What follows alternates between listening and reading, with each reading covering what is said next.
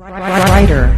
H. Tell us briefly about this, please. Sure. Well, briefly, as you can see, my brother-in-law is married to my eldest sister. Is the president, and it was his dream that when he steps down, which is last June 30, to have a fundraiser for this. They do many things. The Rotary Clubs, I'm sure you're familiar with that. The Rotary Club Makati West. This is one of their foundations, the beneficiaries. Okay. And they wanted to do something big in the form of a concert. So it was just cuento, chismes before, but now it really happened. We put the band together, they rehearsed. I didn't even rehearse. I didn't get to rehearse, not even once. So I jumped off the plane. Ikaw pa ba? Ikaw pa ba? Not once. Wow. Well, by myself, in the plane, in whatever. So it was really just a man trying to make a difference with a Rotary Club that is with the same vision to do something. In fact, while waiting for the show, they saved 7 other kids. Wala pa itong day na to. They saved already 7 kids. I had not yet sung one note. Then sold out the show. And I think it's also because of the cause, and also because people are dying to go out again. And it was perfect because Soler wanted something to be able to reopen the theater, to say we're back doing live performances. That's why it's Martin Live, so that the kids can live. The Gift of Life program is all about what? Yung mga kids na... Kids with congenital heart disease. Okay. Akala ko, Martin, live again. Parang may ano rin Yeah. Live again. Oo nga, That was ano. it's a double meaning. So it's Martin's live again, or the theater is open for live shows again. But because of my live show, we're able to give life, or these kids can live again. And you raised 3 million, damn. Plus, no? Yeah, 3 million. Sorry, Si yeah. Martin may halo na sa ulo. Halo? Bakit? Halo. Oh, Halo, no. It's nothing to do about me.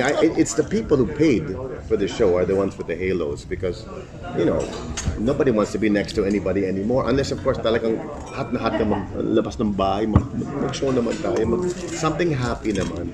So, again, Soler didn't have to do this. We could have done this in a ballroom somewhere, but they insisted to be part of this, and they gave everything for free. All of the facilities. Your professional. Oh yeah, was zero, free. nothing. So, I even paid my own way. I mean, it's really something that. And now, after 40 years in the business, people ask me, how come you did a show in that stupid restaurant? He said, it's a fundraiser. I did one in Vegas. Yeah, but it's so bad for your career. I've been in this business for 40 years. I think I can pick and choose. I can pick. Yeah, yesterday was my 40th. Really? July 5. I said, I think I can pick and choose my shows. Big, small, with pay, no pay. Right. Karaoke, -1 band, orchestra, kumu, whatever. Now there's no more rules. I think after 40 years, I have nothing to prove. I have nothing to prove, nothing to lose. So they said, ganun ba? Plus we made a little money. That's another charity. But then this one, Zero talaga. zero.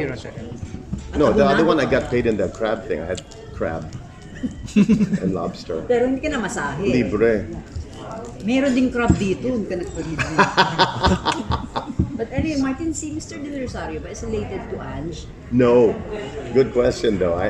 They're not? No. He's your brother-in-law. Del Rosario, here's like Jones, di ba? Or Smith and America. Akala ko tuloy, nagpakasal kayo ni Ange, kaya ka naging No. father-in-law mo siya. No. Because my girlfriend's Del Rosario. But no relation. Weird, no? I thought that he was a brother. No, baby. He's a brother of Ange. Gina. Sorry. That Del Rosario, they're not related. They're not related to. This is my sister Gina. Yeah. That's Gina now. Oh, hello, Gina. Also her anniversary yesterday. Because we started this business together. So yes, sir. Walang in relation to kay Franco, no? Sino? Ange. Nagkataon pa? You know, who knows? Who knows? Malay mo. Because we're related somehow. We're related somehow also. Maybe maybe distantly or whatever. You'll never know. You always find out too late. Yeah. So they just happen to have the same surname. So we thought a while ago he was a brother of Ange. No. Martin, ilan taon na kayo ni Ange? Okay, No. that's a good question. Like At least we will not make that error. for 13, 14 years. Getting Yeah, married? I'm eventually, yeah.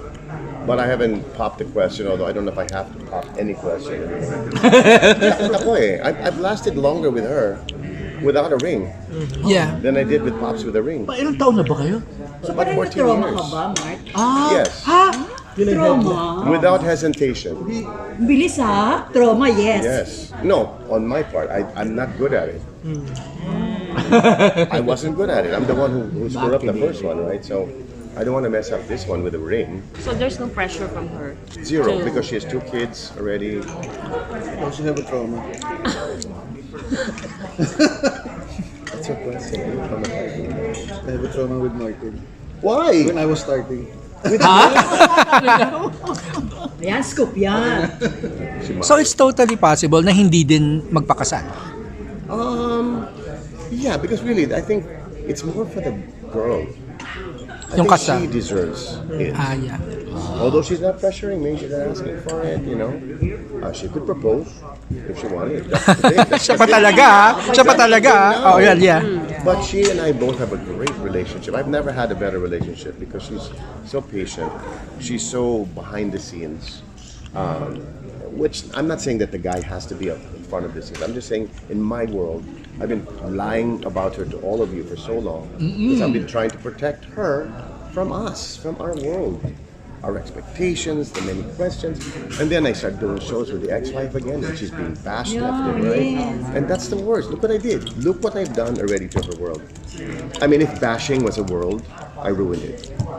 And it's my fault because I went on stage again with the ex. The ex, you don't even have anything with each other anymore, and they're still bashing whoever I'm with.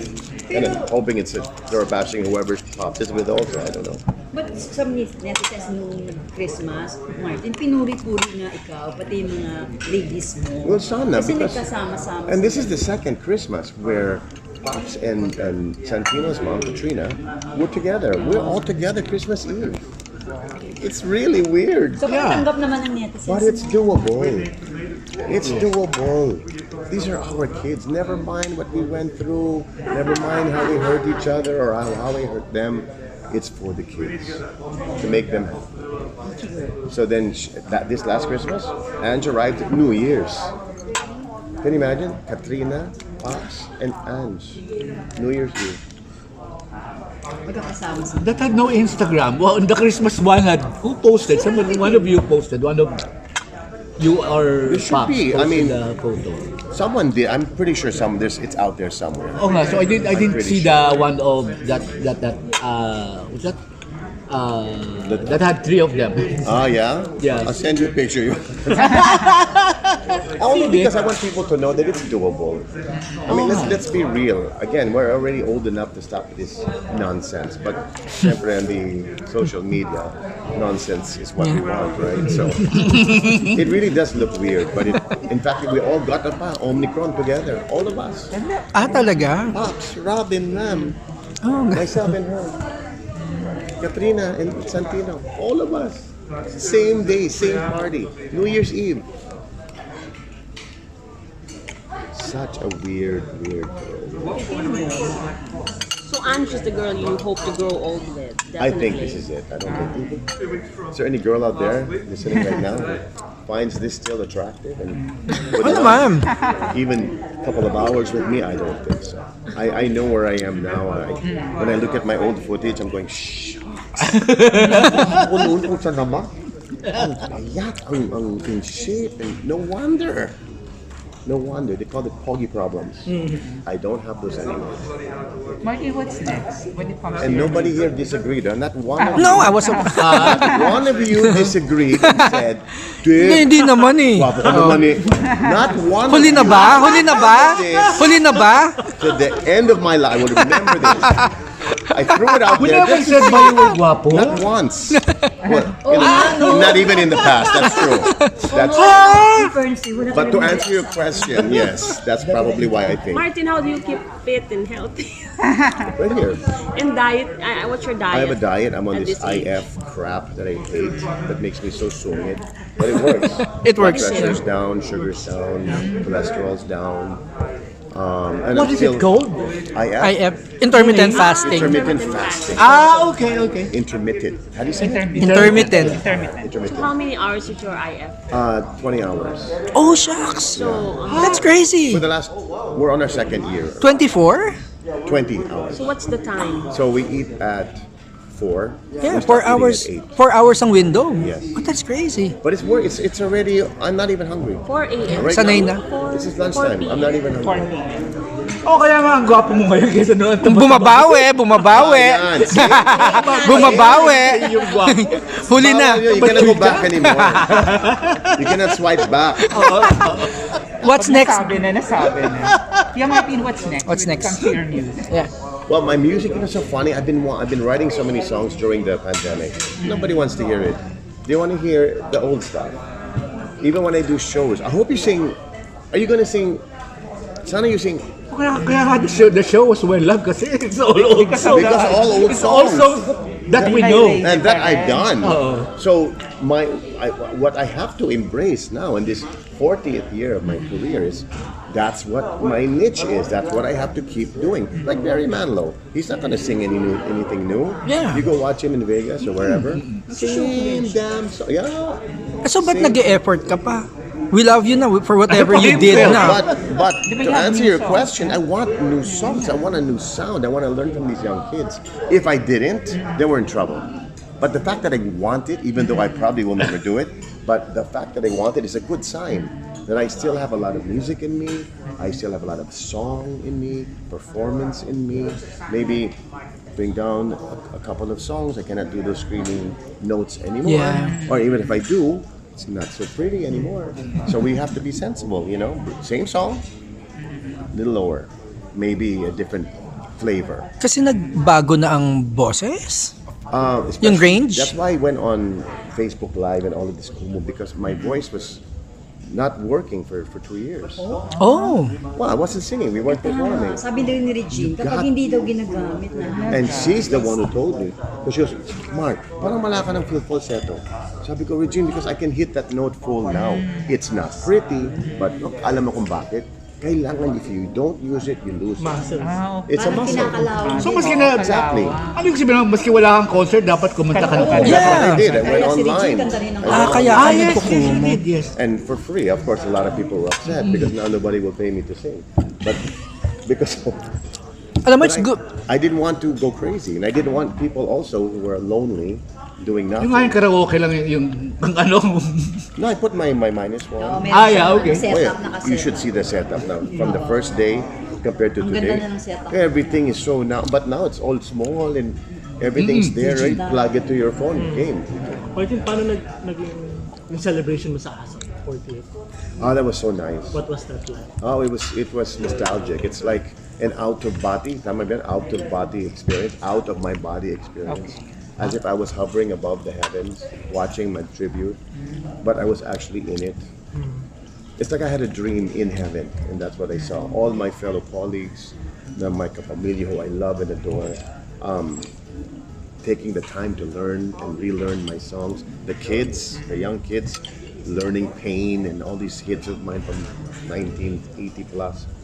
It was so touching and it was so moving that in the car on the way to rehearsal, I couldn't stop crying in the car. And I said, Cry on music. oh, I can cry now. Not my song, but if you sing it, I'll probably. No, because it means something. Because the fact that you're singing that song, it means it has something to do in your life. So I did something right, you know, and then it's a realization. Ang dami kong songs pala. And may kulang pa. Maraming kulang pa. Dahil mo hits. You don't Wala pa realize din it sa until you Spotify hear na. someone else doing it in that form pa. In a, what was like a 25-minute production number. To this day, I'm so grateful. Which one yung favorite na Of mine? nag-cover dun sa... Sa kanila? Ooh, that's a good question. Because they were all, the whole concept was mine. They always ask us, what do you want to do for your anniversary? I said, I want mine to be different. I don't want it to be about me. Ano mo sa celebrate yung 40 years man, hindi tungkol sa'yo. No. If I'm going to do anything, let me start a song and symbolically hand the torch over to the new singer. So I'll sing it the way I sing it, or how I recorded it. And when I give it to the new singer, he or she just goes crazy. Style mo. So yung kahit isang saglit na ginawa, I love them all equally, but the one that really showed my concept, which was saglit, because Sheena, Janine, and beside me, JM, New Gen Z. and Raven, JM Raven, Kilala mo sila? Sheena, and Kabisado. Janine. What did they do? Hindi ko napanood. Well, you know, what I can't do, what we can't do. Really? Alam mo naman, Joy, yun ang talagang frustration ko. Hindi ko, Yeah. So ginawa nila, and then Morissette came in with No Way to Treat the Heart. No, or was Oh, How Can I? oh Or my How Can I? How God, Can I? yeah. With the note that breaks glass. I mean, you know, and I didn't say anything about my contemporaries, Gary, Eugene, Augie, and then they came out. Oh. That's it. I was about to lose Oh, it. yeah. But in the car, when I was looking at the names of who's going to sing, I realized, my God. And you know what? Our edge, I think, on our show, ABS, there's so much love. And I mean it sincerely. You could feel it. You could, everybody, instead of singing to look for Augie, they're all looking at me. They're all looking, they're throwing their kisses and we're grabbing, we're trying to touch each other and grab each other. You won't see that on regular television. It's not television anymore. It's family talaga. We really, really love each other. Pero ba't may chismis sa'yo, Martin? Which? Lipat ka doon sa GMA. Me? What, I am? I will? How much are they paying me? Ayan na. I want to know. Ayan na. Wala, hindi totoo. At kahit na. There's not even an offer. Okay. And even if there And was, even if there was. like your question, this ABS-CBN is my last woman. Wow. For all the good. Who's gonna again? The fact that they want me, they love me. That Tita Cory was in our little celebration right before taping yesterday, because yesterday was my anniversary. She was kind enough. She and Direct Lauren Jogi came down. She whispered to me, "You know how much I love you." Oh. I said, "Probably not as much as I love you." Wow. And she says, "Don't ever leave us." I said, "I have no intention." I said, "To the grave?" She goes, "To the grave." Now, I probably could be a much wealthier person if I moved, rock the boat a little bit, you know?